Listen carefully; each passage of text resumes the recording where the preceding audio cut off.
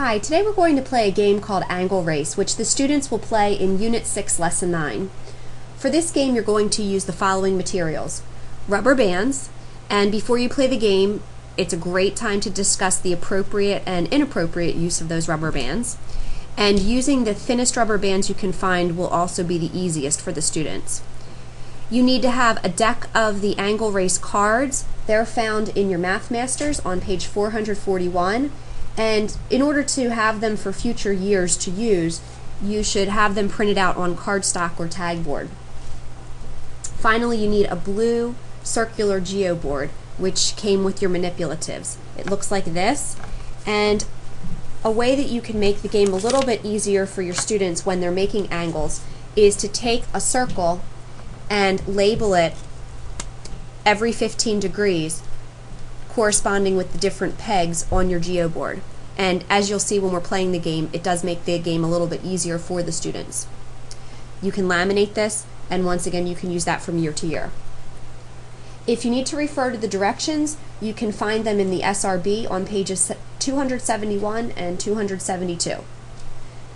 Now, the skill of this game is to recognize angle measures, and the object to win the game is to complete an angle exactly at the 360-degree mark on the circular Geo Board. So let's start playing the game. First, the students are going to shuffle the cards and place the deck number side down on the table. The students also need to take a rubber band and put it on the peg at the 0-degree mark. Then they're going to begin taking turns, and the partners are using the same Geo Board as they play the game. The first player will select the top card and make the angle on the Geo Board that has the same measure as shown on the card. For example, if player 1 selects the 75-degree card, that student is then going to use this as one side of the angle, and then find 75 degrees and stretch the rubber band onto the pegs like this. Player 2 is going to draw the next card and make the next angle by using the last rubber band placed on the board as one of the angle sides. So player 2 is going to actually use this rubber band to start making the new angle. So if player 2 draws 90 degrees, that student is then going to make a 90-degree angle. This is one side, and some students might know that you would have to stretch that over here at the 165-degree mark because 90 plus 75 is 165. However, most students will probably feel more comfortable rotating that circle so that the 0-degree mark is here with this side of your angle, and then they'll stretch the rubber band across where it says 90 degrees. That's okay too, if they want to do it that way. Now we're back to player number 1.